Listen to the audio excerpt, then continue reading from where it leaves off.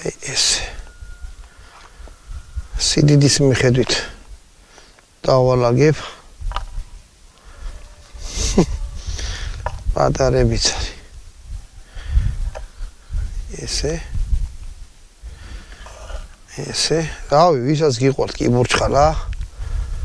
ეხლა თქვენ გრძნობებს გაიგებთ ჩემსას რა. იმან რა ქვია, ხალხმა და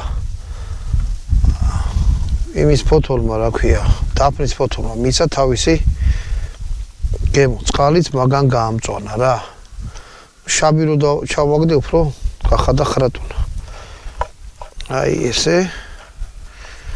ეს ხელი არ უნდა იჭამოს, დადეს, გაცივდეს. და ახლა ამას ესე მაინც ამოატრიალო. აი ესე. დავალაგებ.